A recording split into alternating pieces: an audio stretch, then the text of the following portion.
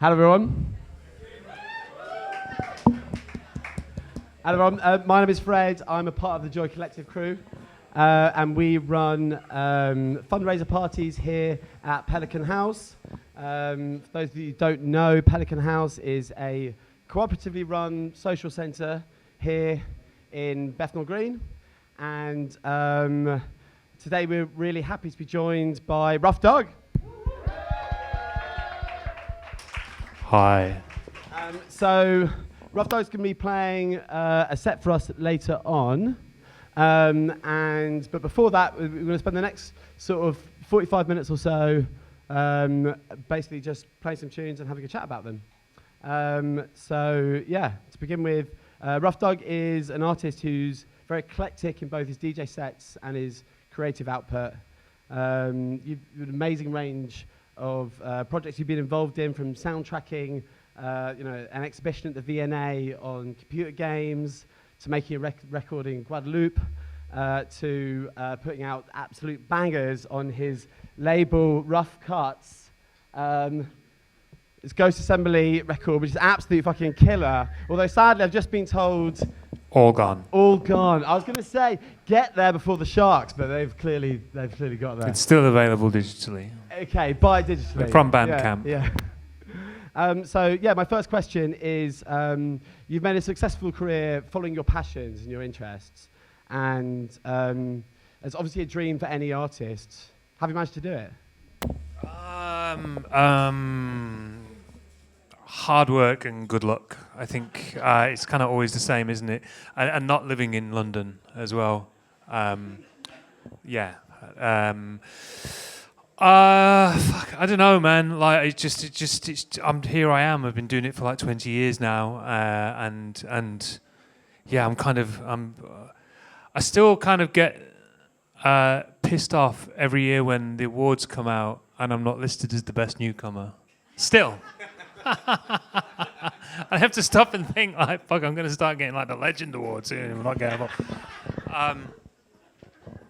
And it's only, I guess that maybe is a clue. It's always weird hearing myself being described like that, as having built this career and living the dream and everything, because I very much feel still like I'm in a state of almost arriving. And I think that's what drives me, and that's why I've been able to do what I do, because I'm drawn to always doing something sort of new or fresh or interesting. I'm driven by what really excites me, and those are the things that I've prioritized over a steady regular income or job security or anything else. It's taken a really long time. I've had to make a lot of sacrifices. It's paying dividends now. I think if you choose to build a creative kind of career and you follow what moves you rather than what moves everyone else, there are a few people who are really lucky and get to spend their whole career in a position of absolute success while remaining entirely original. This is absolutely a product of luck, and it should never be like viewed as some sort of validation of the purity of their vision. They were just very lucky people. Right time, right place. And I've been in the rightish place at the rightish time enough to sort of get me to where I am, and I'm very grateful for that. I've never had to compromise, and I've been able to pretty much do what I want, except for get that fucking Best Newcomers Award, eh? There's still time though. I think that's it. That's it. And yeah, just not having to pay London rent is game changing. Tell me about it. Yeah. Sorry, everyone. So, what was it like pulling out the tunes for this session? It was great. I kind of already knew a few things that I wanted to bring along, but picking records, I very rarely even take records out at all now. It's usually just the USB sticks, and even then, when I do take records, quite often, there's CDJ set up as well. So to actually prepare an all vinyl set has just been really exciting. It's such a novelty now. It's kind of hard to realise that that's exactly how it always used to be. Always just packing records, and you have the luxury of having 1 million tunes on a USB stick and being able to go. Lugging around those bags. Yeah, well, but in. It's quite nice because there's about 70 records there, and that's it, and that's all we've got for the night. So we're kind of going that way, and that's kind of cool. Oh, it's really nice.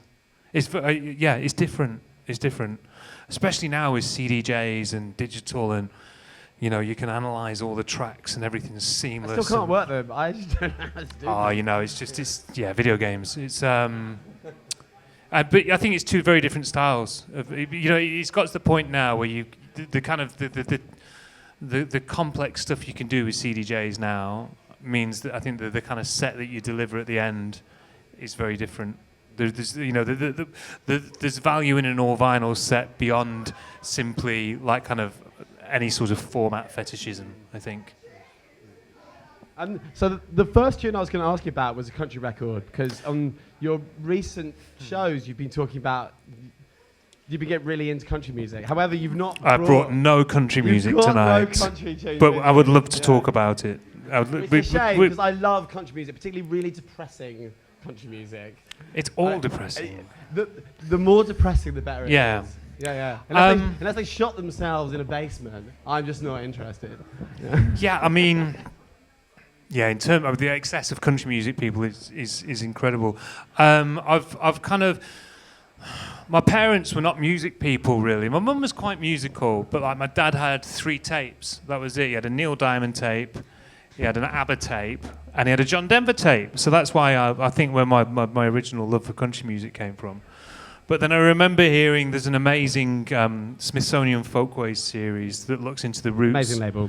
Of of all American folk music, basically, and country sort of is the most melting potty of them all, because it's basically folk musics from all over Europe, from parts of Africa, and even indigenous American music as well, all sort of mashed together. Is one of the first sort of synthetic folks, and blues and jazz and everything else comes from it comes from the same root, but country was there first. And I remember just hearing some of that a while ago, and a while ago, I'm talking like 25 years ago, and it just absolutely blew my mind. And then I don't know why, I just started getting into it again recently. Maybe it showed up in my algorithm or something like that. But then I've just every couple of years, I will just go on a deep dive with a new form, a new to me form at least. And so for the last couple of years, it's been really sparse, minimal European jazz music. And so I guess country's sort of a nice kind of pivot from that. Yeah. Who are your favourite country artists? I've just been getting into this guy, John Prine. He's amazing. He's like... it's all still new to me. It's all really new to me. But, songwriting, I guess, is what's so amazing about it, the storytelling. Yeah. So the part of the introduction that I actually forgot was saying that Ruf Dug is a DJ and producer from Manchester. And so, obviously, Manchester is a city that's synonymous with music. And actually, we'd love to hear a record from Manchester that means something to you. Okay. Should we just put it on? Because there's been a lot of chat, hasn't there?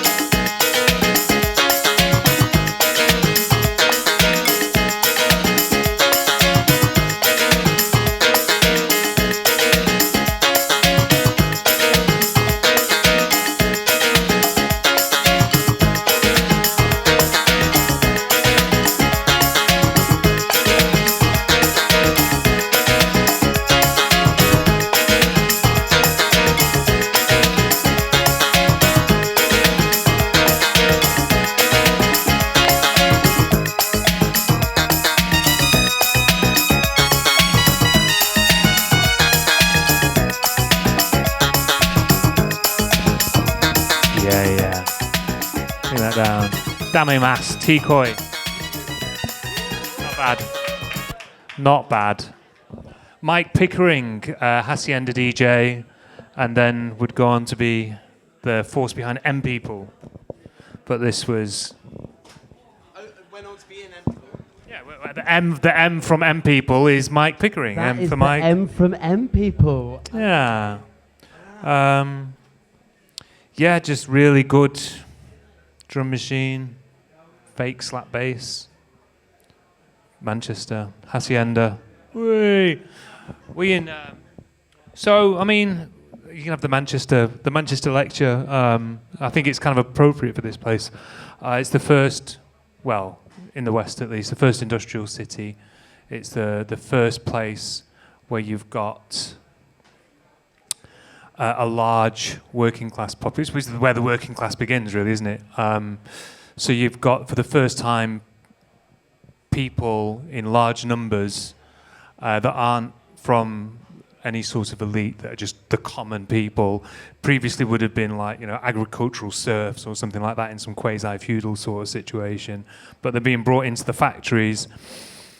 You've got to have a basic degree of education to work in the factory. You need to count, you need to know how the machines work. You're not a massive education, but you've basically got a large population of common people in the same space with enough of a basic degree of education to develop a cultural vocabulary for the first time. And then you've also got, they've got free time as well. And then, quite quickly they've always got electricity, so they can do things in the evening. And so then from that, and it's the first place, maybe in the world, but certainly in the West, where this is happening, you then get the foundations of working class culture, which is, well, football and music, folk music and folk stories. And Manchester is the birthplace of all of that. That's where it begins. And that's why we're the best in the world at all of that stuff, basically. We have the best pop music, we have the best footballers, Pop music, yes. So I thought this was a talk, not an argument, Fred. So I was really pleased to hear that you were playing on one of your shows recently a mix of Italian Afro-cosmic records. And it's a style that I've been getting into recently. And yeah, I really want to hear like one of your records. I really want to hear you chat about that, that scene and that movement. Okay. There we go. We'll just put it on in the background.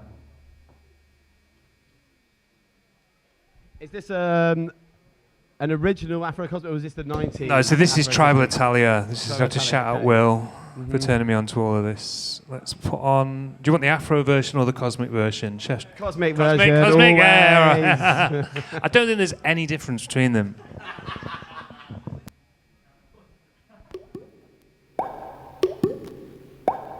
Is this the right speed? No, that's the right speed now. It's not the right speed. It says 33 on the label. We'll see.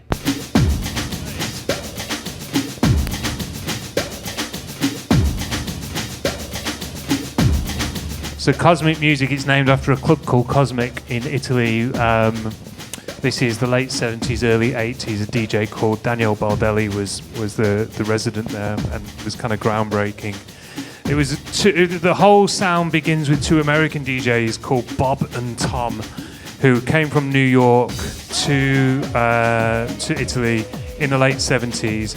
Had spent a bit of time at the loft party at David Mancuso's party and brought a stack of records over with them and took the culture, DJ culture, New York DJ culture, to Italy. And then the Italians made it their own thing. There was a lot of heroin in the clubs. That was the main sort of drug. And so everybody wanted to listen to really slow music. That's why Cosmic Music is slow, because it's for smackheads. And so Baldelli was the king of this sort of cosmic thing, would play loads of music at the wrong speed. Still is, yes, I should say, shouldn't I?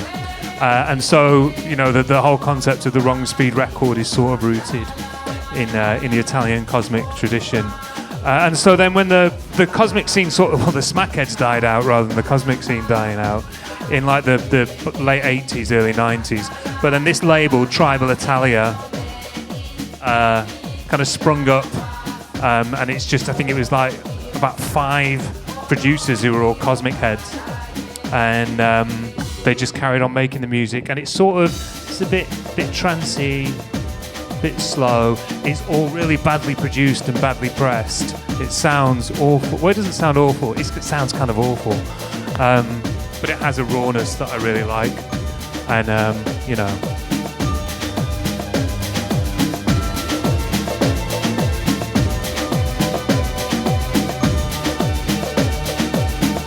I mean, it's...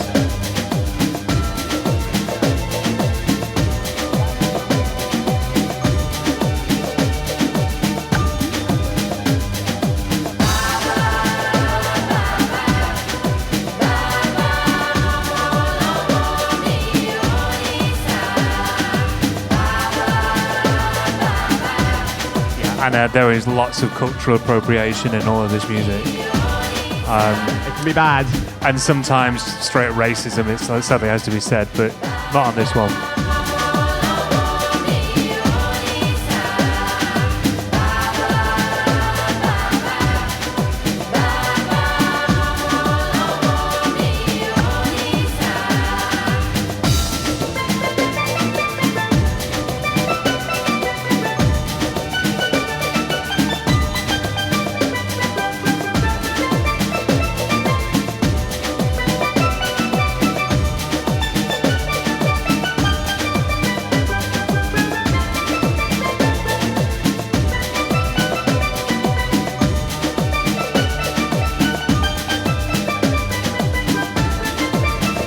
I mean, these days, like a steel drum solo is nothing really special, I suppose, but I think in 1991, that would have been quite a thing.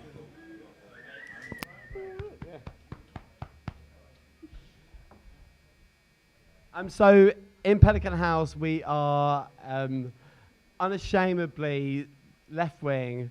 We are an activist space, and what we want to hear is your political record. I brought my political record. You got it? Yeah. It's red.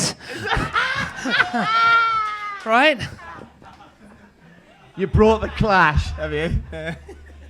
No, it's DJ Sprinkles. It's Tear Tamelets. Yes. I don't think you get more political in house music than Tear Tamelets.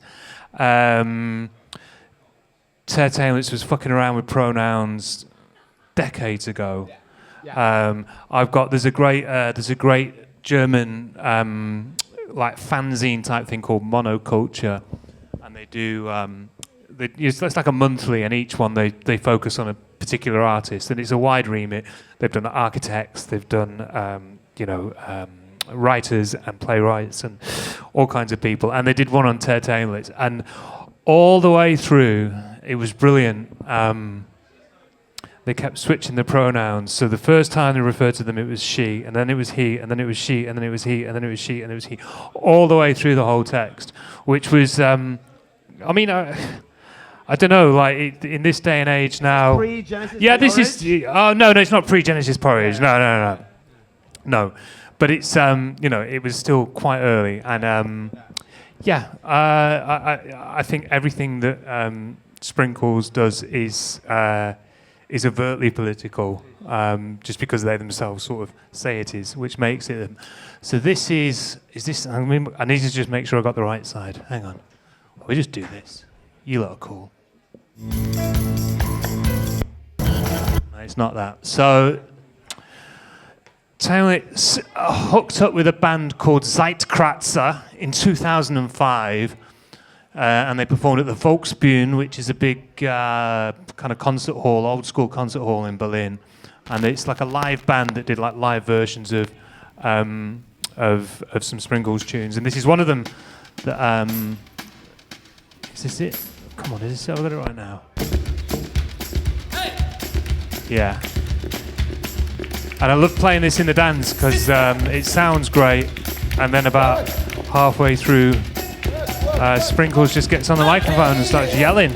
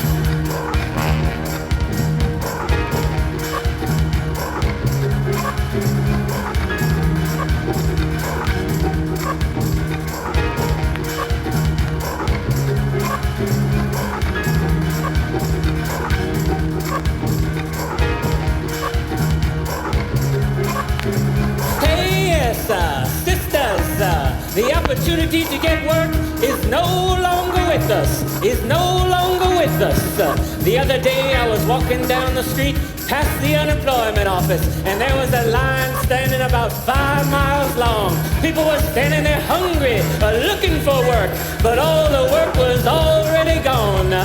We gotta keep on struggling. We gotta keep on keeping on. We gotta keep on trying. Even though our salaries, I say our salaries are slowly dying. And all the while, that old grim reaper called inflation, talking about inflation, is standing right outside that door, standing, watching, and waiting. Right, so at this point, the ravers are all going, what the fuck is happening?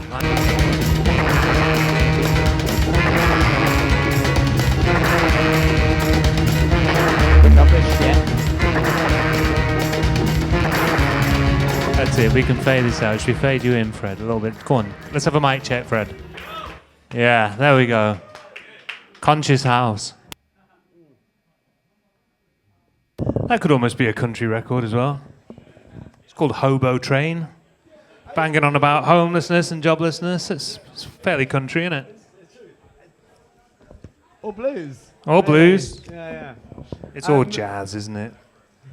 It is all jazz. It is true.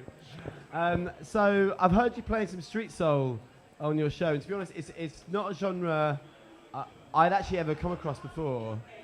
So yeah, play us a track and like tell us about street soul. Hold on. Who here knows about street soul? Wow. One person. That's my agent, everybody. He's just saying that because he doesn't want to get found out. Is that William Wallace? Yeah. Okay. One person that knows street soul, that's his agent. It's right. there was in the early 90s when all of a sudden became when the Atari ST, I guess, and DAT machines is what changed it all. The moment that you could legit actually make tunes in your bedroom and release them on vinyl and play them. And so you've got the beginning of DJ culture in the UK. Well, the beginning of clubbing DJ culture, like acid house and everything, is like 88, 89. And then like in like 89, I think, then the Atari ST comes out with Cubase, and then the DAT machine soon follows, and you can get a sampler like the Akai S500 or whatever comes out.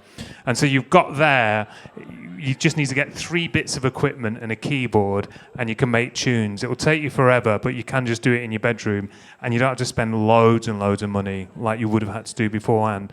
And so then you get this groundswell of people making records in the bedroom, and then house, say again. A bit like with Dance Mania, Ghetto House, exactly. that kind but even more so than that, even like more raw than that, because even like with Dance Mania kind of records and things like that, there's still drum machines and synthesizers involved. This is literally just one sampler, one computer, one DAT machine, maybe a keyboard, and so everyone's pressing things on white labels and just sort of stamping the thing, and that's as sophisticated as it gets.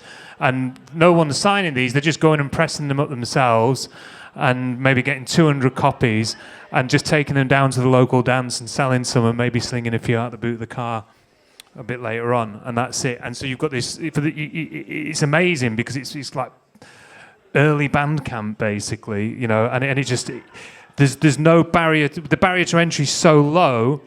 That everyone's making all this music, and there's this wonderful period where there are no rules, so there's no genres or anything like that, and people are making. So street soul comes from that era, and street soul was basically people with that really limited equipment trying to make soul music, and so using as a reference these ridiculously expensively produced, multi-million-dollar, kind of tracks and everything, but just making it in the bedroom. And so this comes from Manchester. This actually comes from Altrincham, because you can tell because it's got the phone number on it. It's just FDT. Nobody knows who FDT is or were. And it's just a phone number. It's 061, so it's not even 0161. And it's 980, which is Altrincham. 061 980 6237. The number doesn't work anymore. And etched on the run-out groove, it says, on this side it says... No, mate, it's even better than that. It says, if this doesn't sell, and on this side it says, then buy a Toyota from me. So I can only assume it's someone who used to work at the Toyota garage in Altrincham, or had a car dealership, or maybe had a Toyota themselves, and has mortgaged the car in order to put this out. So this is called I Got This Feeling, by FDT.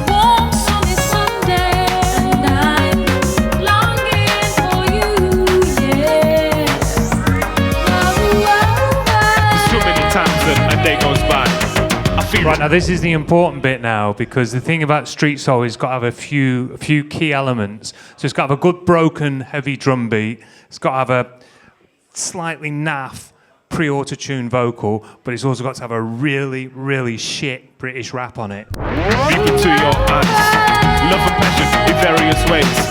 Time goes by as I count the days. It's like a wonderful thing that's never happened before. The how I'm feeling when I'm on the dance floor. Twisting a cocktail, a lemon or two. Know what I'm doing cause I'm crazy for you. Tick, tick, tick.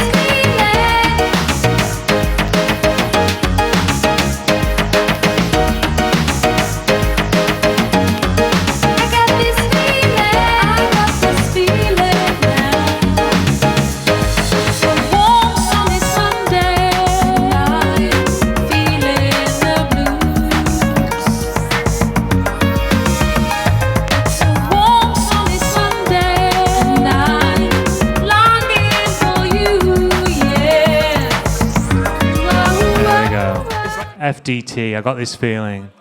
So it's just been re-edited for Duca Bianco, so it's going to get very popular now. Interested in street soul, there's a really good article on Bandcamp, like a long read article about the whole history of street soul that I highly recommend you reading. Okay, final question. Final one. Okay, so you're most known for disco, and I booked you for a night, maybe like 12 years ago or something. Yeah, it was 2012. Yeah, it was 2012. when it was in all this, Olympics. Warehouse in Stratford, and it was for a disco night that I was doing at the time, and you were playing disco, and that's the thing that in my head you were most known for. So I want to hear a disco track. You want a disco tune? Yes, please. All right. I absolutely bewilders me that this is not better known, this tune, because it's amazing, and it's got a fucking really good airbrushed robot on the cover. Look at that guy, or girl. Look at that robot. It's not misgender, the fucking robot. So.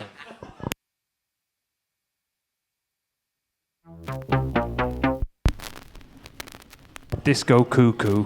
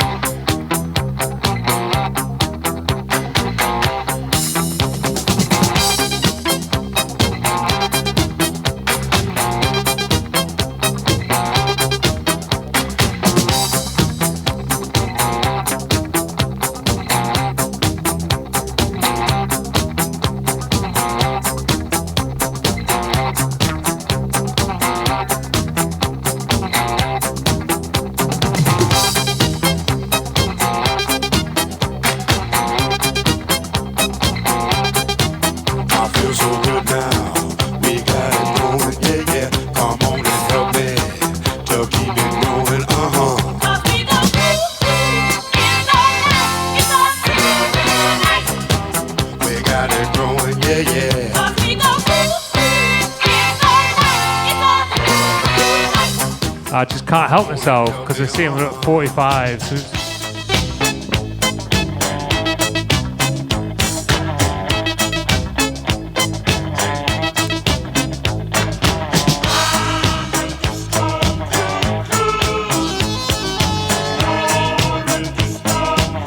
Cosmic. Yeah, let's get some heroin. Come on.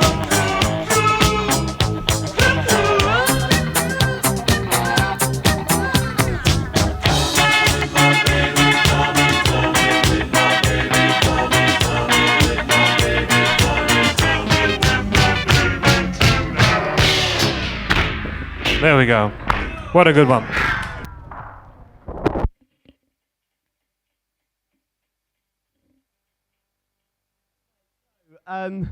Has anyone got any questions? I'm going to warn you all now, we don't have a roaming mic, so you're going to have to speak up a little bit. Yes. Would you like to come forward, please? Come forward. Sorry. Or just shout very loudly. Sorry. I apologize. Here you go. Hi. Hello. I'm sorry. I was just curious about your name and the story behind your name. Oh, you know. If you don't mind saying. No, it came to me in about 13 seconds. I always, whenever I get asked this question, I always think I got to come up with a cool origin, by the way. Yeah. origin story. I was just making a tune and it sounded unlike anything else I'd made, and I was like, I need to make a new name for this. This sounds rough, and then Ruf Dug sounded like, spelled properly, sounded like someone dodgy you would meet in the pub, and I thought I'm just going to spell it wrong just to be anachronistic, which has turned out really good because it's really Googleable.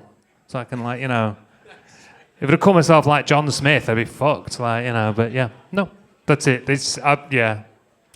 I should come up with a really cool origin story. Yeah, I should. Okay. Has anyone else got any questions for Ruffy? Okay. All right. Well, thank you so much. Thank you. This has been amazing. This See you all in the rave very soon. Thank you, everyone. Thank you, Fred. Thank you, Fred. First time. You're natural. The talk show is a lock.